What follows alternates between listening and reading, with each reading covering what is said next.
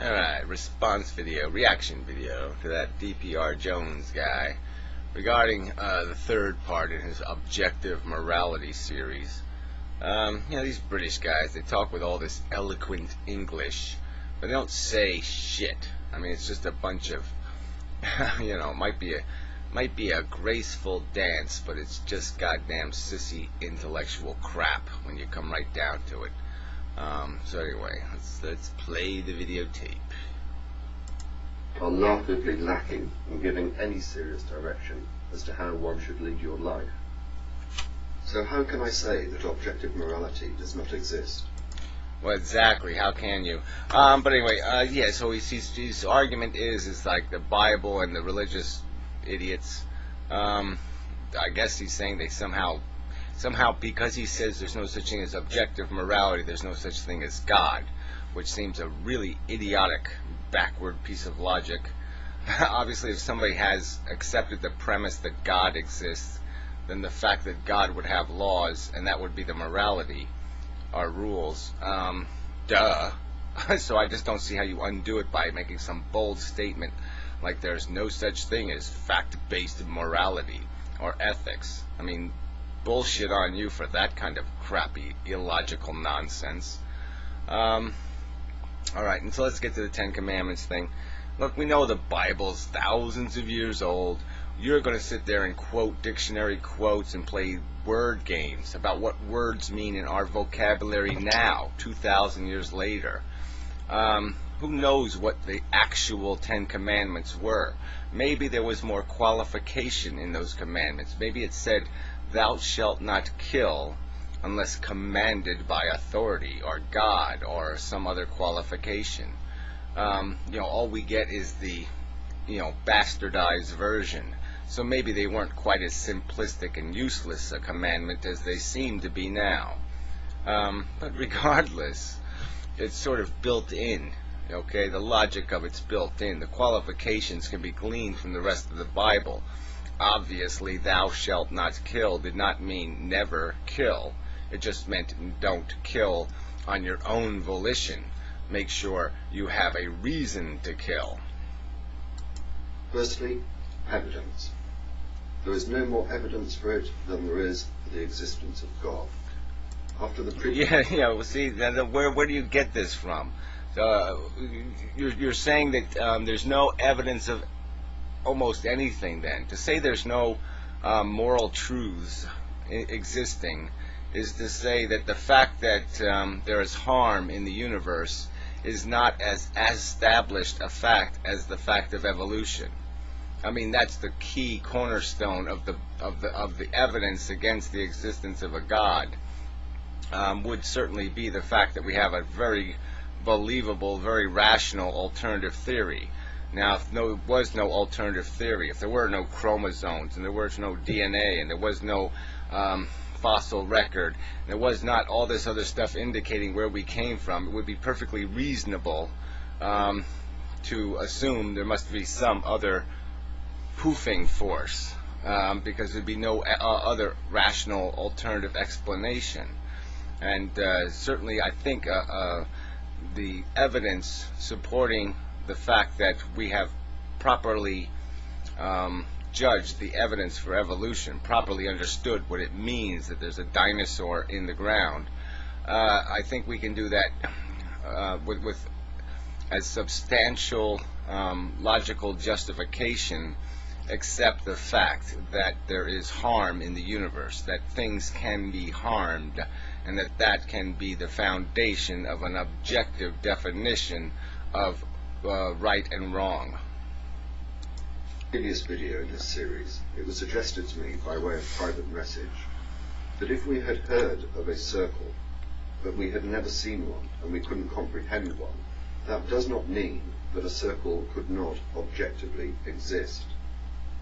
I imagine that the point being made was this, that objective morality may exist, but we just don't recognize it. No, that we haven't accepted it, that we haven't, it's right there in front of us, and assholes like you are pretending it doesn't exist. It doesn't have to be invisible, it doesn't have to exist in another dimension. The point is the circle could be right there, right in front of us, and we just haven't labeled it. We haven't simply said Yes. Oh, yeah, harm. That's right. Yeah, that's a fundamental circle truth. That's right there in front of us. So, yeah, with harm in the universe, there must be a morality because harm is a value. There's just no doubt about it that that's a bad thing. And so if there is a bad thing, there has to be a good thing. So there has to be morality. He's seen, and we don't know what it is. I find this argument utterly vacuous. Is it Yeah, well, I find your rhetoric utterly vacuous. This inane and mimble, bimble, bubble, blah blah. You got to take 14 sentences to say, something that can be said in 5 words. Seriously being suggested that objective reality is floating around in a dimension that we cannot access or comprehend. Now you use the word objective reality. Isn't that interesting? Yet this is a standard by which we will ultimately be judged. What kind of sick God is this? Yeah, what kind of sick universe is this is probably a better question. So in your moral universe, okay, where there is no God, there's 4 billion years of evolution, 2 billion years of evolution, where sentient beings are trapped on a planetoid and must adapt by eating each other in vicious and horrific ways. What kind of fucking God is that? What kind of sadistic, insane force is that? So whatever. I mean, your finger pointing is kind of pointless about the maliciousness of some fictitious God when your fucking nature, okay, can't be more of a perfect Nazi or whatever you want to, the ultimate evil. One that says, I will judge you by a set of standards, but I'm not going to tell you what they are. Oh, and look how nature judges you, by some silly dopey thing like circumstance and misfortune and luck. It has nothing to do with what you've earned. There's no fairness rules in nature. There's just brutality. Whilst of course it is possible that objective morality is floating around in the ether, I dismiss the concept with the same Yeah, well, although it's possible, I dismiss it, and here is my nothing explanation for why it's dismissible. Level of confidence that I would dismiss the statement made by anyone who told me that the sun would not rise tomorrow. However, what's backwoods logic? I mean, that's like a straw man, isn't it? You'll take something as consistent as the sun rising and use that as an example. I mean, isn't that just a cliche bullshit kind of argument? Some of these philosophical truths are wrapped up in all kinds of human psychology, and so it's not quite that simple. But let's hear your argument. Let's hear you explain the non-existence of any morality in the universe. I mean, explain how if I walk over to the couch and I kick the shit out of the cat sleeping over there, how that isn't, by any rational standard, by any fact-based logic, a completely idiotic, stupid, wrong thing to do. Say that the Bible evidences God's objective morality, and of course in particular the Ten Commandments. This argument was in fact advanced by Brock. I mean, why would somebody even argue that God's morality would be objective? I mean, if God's morality would be a morality, period. It would be absolute truth morality. It doesn't even need the qualifier of objective, as if God was a subjective being. God is perfect, so obviously God's morality is going to be perfect. A recent conversation I had with him on a blog TV program. During the course of the conversation, I posed the question that I raised in the previous video, namely the issue of the doctor's dilemma in the New Orleans hospital during Hurricane Katrina. In particular, the question I raised was this: what does your good book tell you that the objectively moral thing to do was in such circumstances? Well, this is as stupid as saying, what would you say?